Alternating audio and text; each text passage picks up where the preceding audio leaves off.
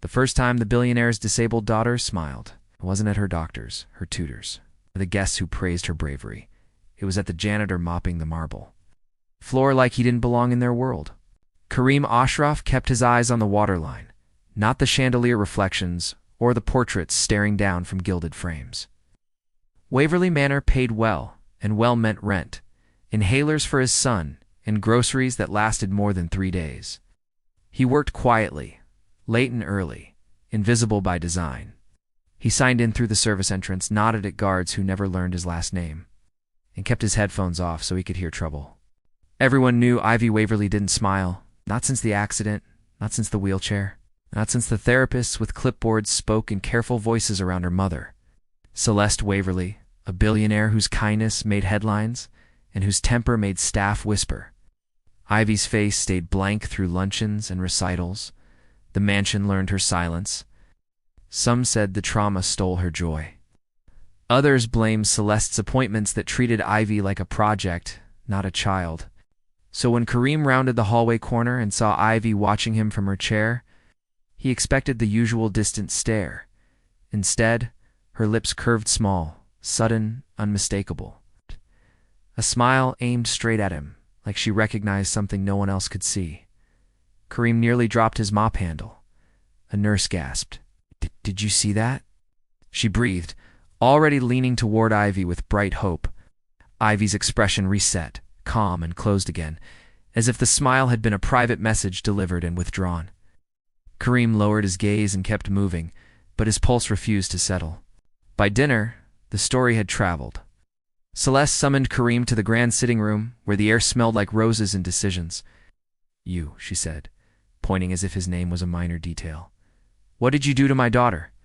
The question sounded like accusation dressed as curiosity. She paced as she spoke, bracelets clicking, eyes searching his face for a trick she could punish. "Ma'am, I just cleaned the hall," Kareem replied. He stood straight, hands clasped, used to being measured for taking up space. "I didn't speak to her. I didn't touch her. She just smiled."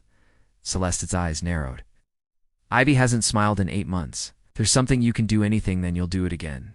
Understand?" The next morning, they staged it.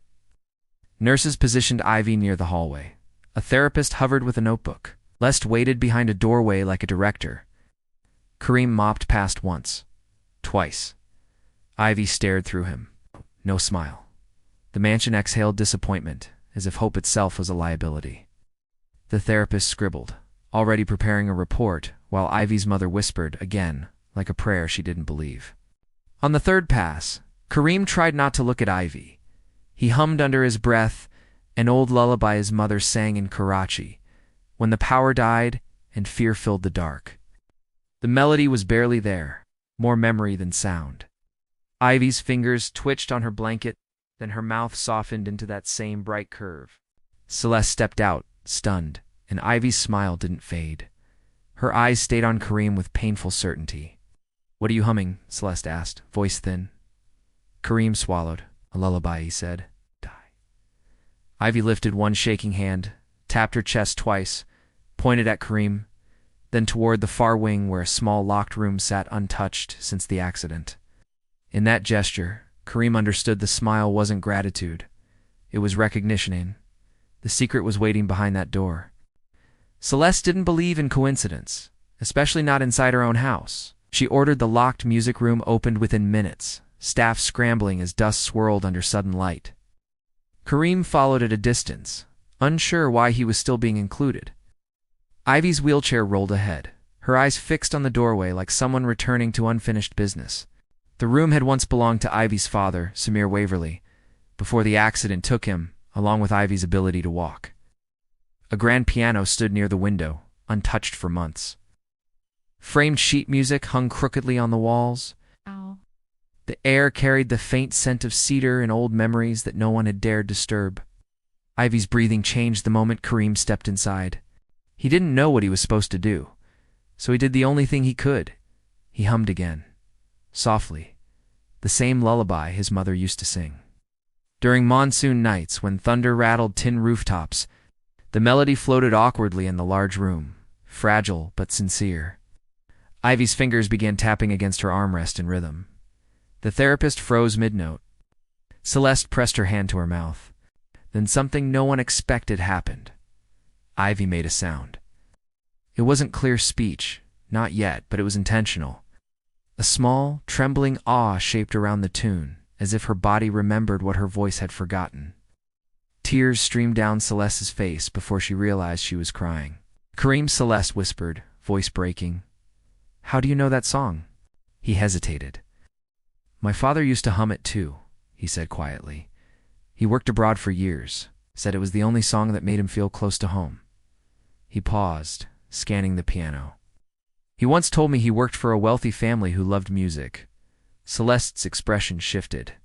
"My husband was stationed overseas before we married," she said slowly. "In Karachi." The room went silent. Samir Waverly had spent 2 years there, building expansion projects, before returning home. He rarely spoke about that time, except to say it had changed him. He had learned new melodies, brought back recordings, even played unfamiliar tunes for Ivy when she was small. Kareem stepped closer to the piano almost instinctively. He pressed one key, then another, finding the notes by ear. The lullaby formed again, fuller now. Ivy's smile widened, fragile but radiant, like sunlight finally touching a window that had been shuttered too long. "She used to fall asleep to that," Celeste breathed, realization crashing into her. Samir played it every night. After the accident, after the hospital machines and whispered prognoses, no one had touched the piano. The therapists focused on speech drills, doctors focused on scans. But no one thought to play the song that once anchored Ivy's world. Kareem didn't look at Celeste when he spoke next. "Sometimes healing doesn't start with medicine," he said gently. "It starts with memory." Ivy's hand lifted again, shaky but determined. This time she pointed at Kareem, then tapped the piano. "An invitation." Celeste exhaled, shoulders trembling. For the first time since the accident, she wasn't thinking like a billionaire searching for solutions. She was a mother who had overlooked something simple and sacred. And the janitor she barely noticed yesterday had just unlocked the door no specialist could open. The next evening, the piano room was no longer silent. It felt alive, as if the walls themselves had been waiting for permission to breathe again. Celeste stood near the doorway, not directing, not controlling, simply watching. Kareem sat carefully on the piano bench, uncertain whether he belonged there, yet unable to ignore Ivy's steady gaze inviting him to begin again, softly. He played the lullaby slowly this time, allowing each note to linger. Ivy closed her eyes, her fingers twitching in quiet rhythm. The therapist didn't interrupt. No clipboard scratched, no instructions were given.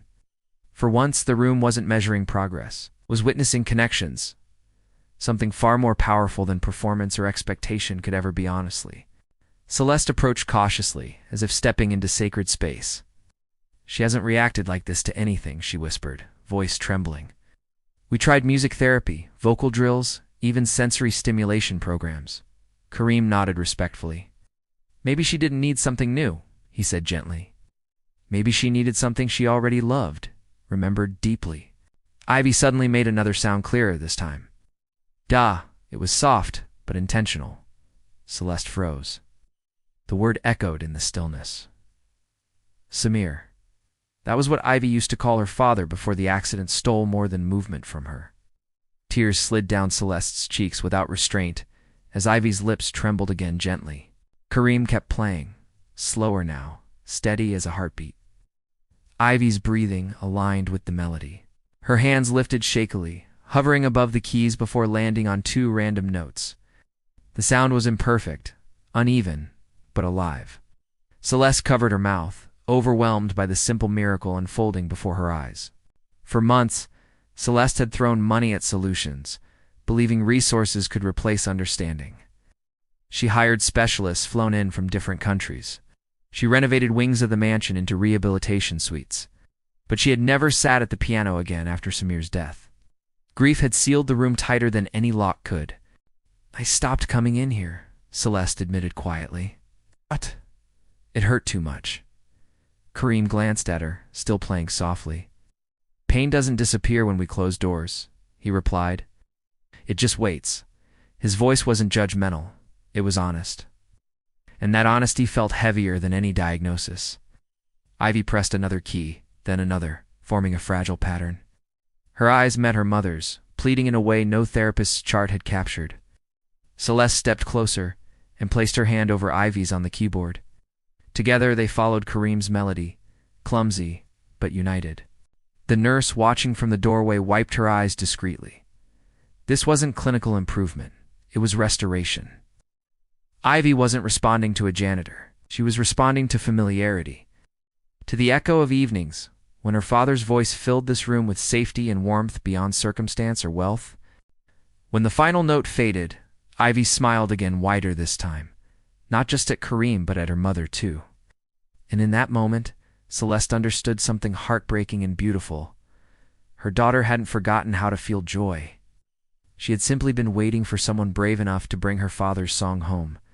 The change didn't happen overnight, but it was undeniable. Within weeks, the piano room became part of Ivy's daily routine. Not for therapy, not for performance. Just for presence. Kareem adjusted his cleaning schedule quietly, always finishing the east wing near sunset, when golden light filtered through the tall windows and made the dust dance above the keys. At first, he only hummed. Then Ivy began pressing notes with intention. 2 at a time, then 3. The therapist stopped tracking motor response and started documenting emotional engagement. For the first time since the accident, Ivy wasn't being treated like a fragile case study. She was being treated like a child rediscovering her world. One evening, as Kareem finished the lullaby, Ivy surprised them all. She whispered it, not perfectly, not clearly, but undeniably. Da, Riem. Celeste froze. Kareem slowly turned. Ivy's eyes locked onto his, shining with effort and meaning. She tried again. Kareem. The room went completely still. For months, Ivy had barely formed sounds. Doctors warned Celeste not to expect speech recovery anytime soon. Yet here she was, her first clear word, not mom, not help, not even dad. It was his name. Celeste stepped back, overwhelmed, not with jealousy. With realization, you remind her of him, she said quietly.